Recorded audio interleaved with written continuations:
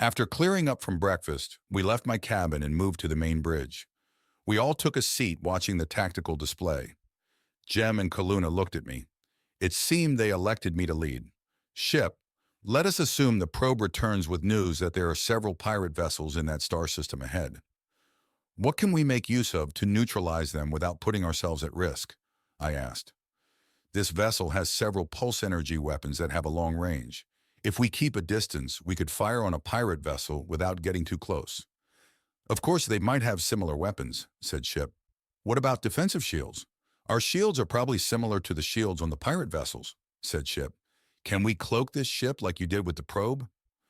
At present, the cloak is active, although the energy requirements allow either continuous shielding or cloaking, but not both. I think direct confrontation is too risky. What if several pirates attack us at once? They could overwhelm us, said Kaluna. I agree with Kaluna. I prefer not to be there. Ship, can your cloaked probe deliver a payload or carry anything offensive? That way we can keep out of harm's way, I said.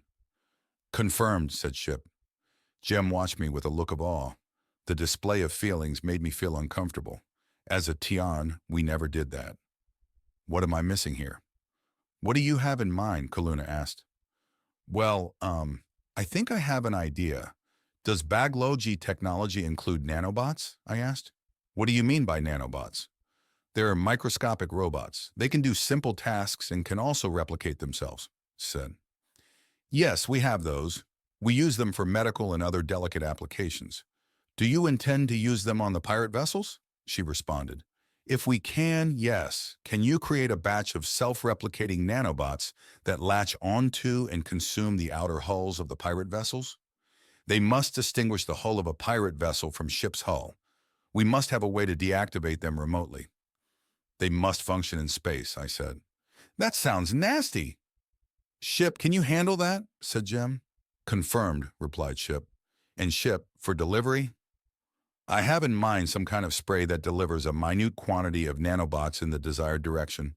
Density should be low, up to 100 nanobots per cubic unit of space, to avoid detection. The probe can creep up on the pirate vessels and spray nanobots towards them. We could even create clouds of nanobots in the flight path of a pirate vessel. It would be hard to detect and hard for the pirate vessel to change course in time to avoid it. I can outfit 2 probes with a delivery mechanism. The shielding on the pirate vessels might neutralize the nanobots, so delivery is best when their shields are down, said Ship. Thank you, Ship. Does anyone have something to add to the plan? What are we missing? I asked. We should be in the system, cloaked, away from the action, but close enough to control the nanobots, and make double sure we can turn them off safely, Kaluna said. Agreed. And Ship, you need to track the movement of these clouds of nanobots to avoid us flying into them, said Jem. Acknowledged, said Ship. Is there anything else? I asked. Hearing no responses, I thanked them, and we declared the meeting over. It amused me it went smoothly. So far it was all positive, so I let it play out. Later I returned to my cabin to rest. Since moving out into space, in the chaos, my internal chronometer was a bit messed up. I was still used to the planetary cycles. So far, they didn't assign me duty hours like I had on the freighter. There was nothing for me to do. I could have walked around ship, learning more about the systems. I was a little bored and mostly tired, so I returned to my cabin. But it wasn't just my cabin any longer. Kaluna and Jem soon joined me. I wasn't about to decline their company, of course. It was a new and positive development in our relationship, and I was glad about it. We should get lots of rest. When we find the pirates, we'll need to be sharp, said Jem. She and Kaluna stripped out of their uniforms this time and got into bed. They left a space in the middle for me. Soon I was between them, and we found a comfortable position to sleep. Ship lowered the lights and we slept. During the night, we must have moved around somewhat. Fortunately, I woke on the side of the bed. I got out and used the ensuite. Then I sat at the table and had a beverage. Jem interrupted soon after and called me to return to bed. After my drink, I got back into bed and tried to get more sleep. Later, Ship awakened me with an alert that the probe was now returning. We all got up and dressed, and Jem and Kaluna said they'd meet me in the main bridge. I took my time and made my way, arriving first. They arrived soon after. In order to retrieve the probe, Ship had brought us to a complete stop. "Ship, please present your findings," said Jem. Ship then went through a detailed report of the intel gathered by the probe. The quality of the intel impressed me. It showed the pirates had a base on the surface of a moon orbiting the second planet in the system. There were 7 pirate vessels either docked or in orbit around the moon, and 1 vessel appeared to be patrolling the system. The details on the ship types meant little, though. The intel didn't include a specific count of the crews aboard the pirate vessels, since that would have required an active scan. Active scans would likely have alerted the pirates to the probe's existence. We knew for certain the pirates were in the system ahead of us. We knew the number of vessels there. Soon after that, Ship engaged the hyperdrive to take us closer to the edge of the star system. Ship announced to everyone we were coming out of hyperdrive and decelerating to sublight speed. We arrived at the edge of the star system and hopefully out of direct line of sight from the pirate base. We continued in with our sublight engines as Ship deployed the 2 probes. One probe headed directly to the pirate base as the other one searched out for any patrolling vessels. We sat together in the main bridge, following events on the tactical display. The probes were running full stealth, which meant that there was no live data from them. Any broadcast would alert the pirates, and that would ruin our plans. Ship was running in stealth mode, drifting around the star system to locate any pirate vessels on patrol. Weapons were ready, but only in case the nanobots didn't work. "My calculations suggest that Probe 1 has reached the pirate base," announced Ship. We continued to study the tactical display. There was no sign of the patrolling pirate vessel. Lots of thoughts went through my head. What if the pirates were gone? Maybe they had left on another raid, or perhaps they'd discovered the earlier probe and hidden to ambush us. On the tactical display, a pirate vessel moved from the far rim of the star system, traveling towards the location of the pirate base. It was moving pretty fast. Perhaps it had detected something and was returning to base. Jem ordered Ship to move in a little closer so we might observe the events. "There's something wrong with that pirate vessel," said Kaluna. "It looks like it's on the wrong trajectory and speed to attain orbit around the moon." Soon after, the vessel crashed into the moon. "No one could have survived that crash," I said. "That must have been the nanobots doing," said Jem. "It was hard to program them to just consume the hull. The bulkheads and much of the internal systems were of similar materials. I think their navigation and control systems were affected and—" "Ch.9, I said. The pirate vessel had crashed away from the pirate base. Ship drifted slowly around the moon to reach a position to observe the base. As the pirate base came into view, we saw the extent of the damage. There were several vessels in a stationary orbit over the base. All appeared to be without power and had gaping holes in their hulls. Debris, including corpses, were floating near the vessels. "Ship, could you bring up the intel from the initial probe and compare with what we're seeing now, please?" said Jem. We examined the previous images of the pirate vessels on the tactical display. The before and after comparisons showed how devastating the nanobots were. On the moon's surface, the vessels docked at the base suffered the same fate as the orbiting ones. "Can we shut down the nanobots? They've completed their work. If we haven't compromised the base, there might be someone alive," said Kaluna. "Go ahead, Ship. Also, retrieve Probe 1 and scan the base for survivors. Signal Probe 2 to continue to search the rest of the system for additional vessels," said Jem. "Acknowledged. I've deactivated all the nanobots," said Ship. "Ship, can you keep us at a safe distance from the clouds of nanobots just in case?" said Kaluna.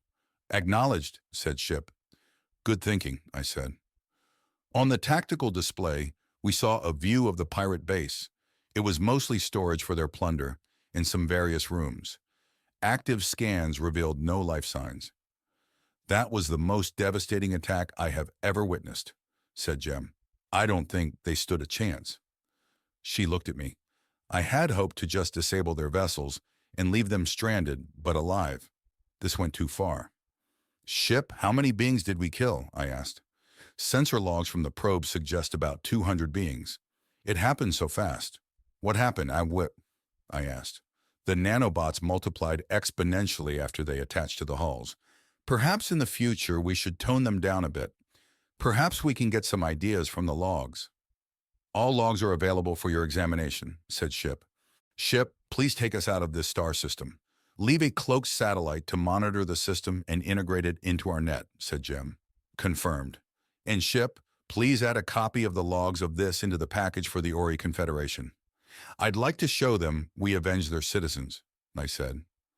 I looked at Jem and she nodded. Acknowledged, said Ship.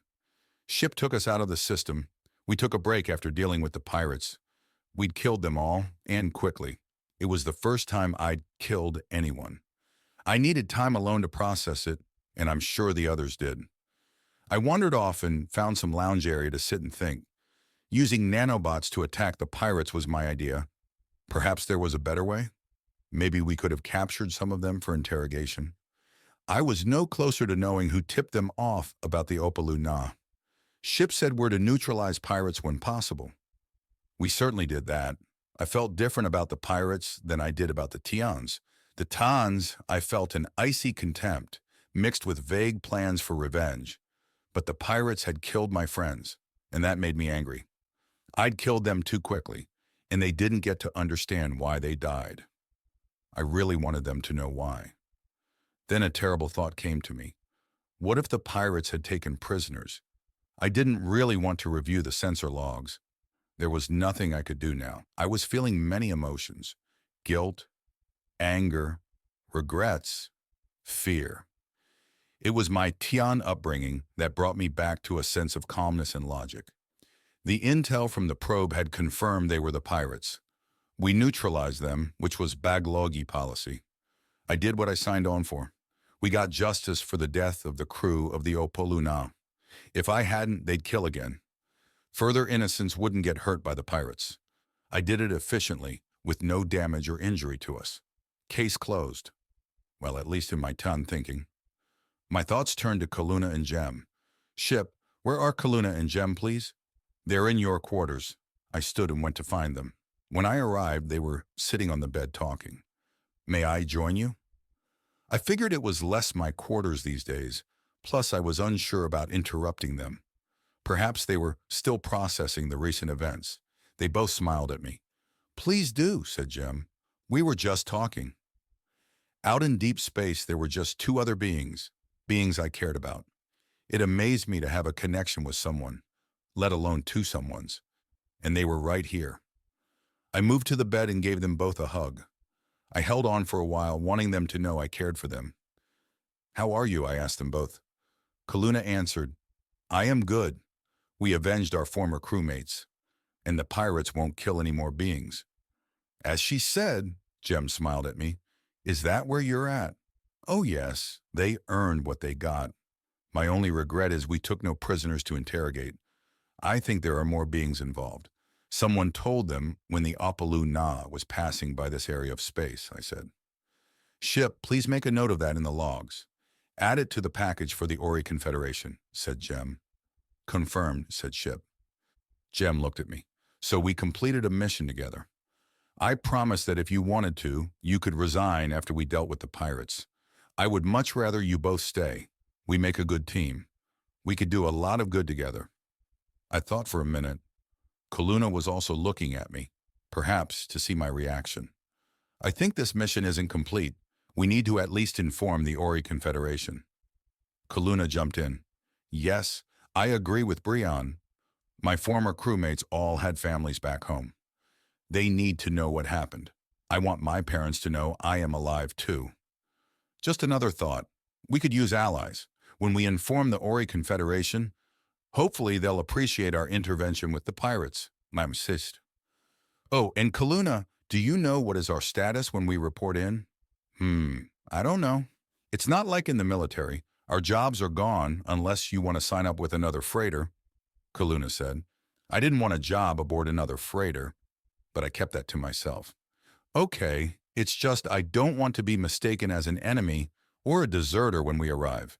It may take some time to explain, I said. So Kaluna, next destination is the Ori Confederation? Where should we head for? Asked Jem.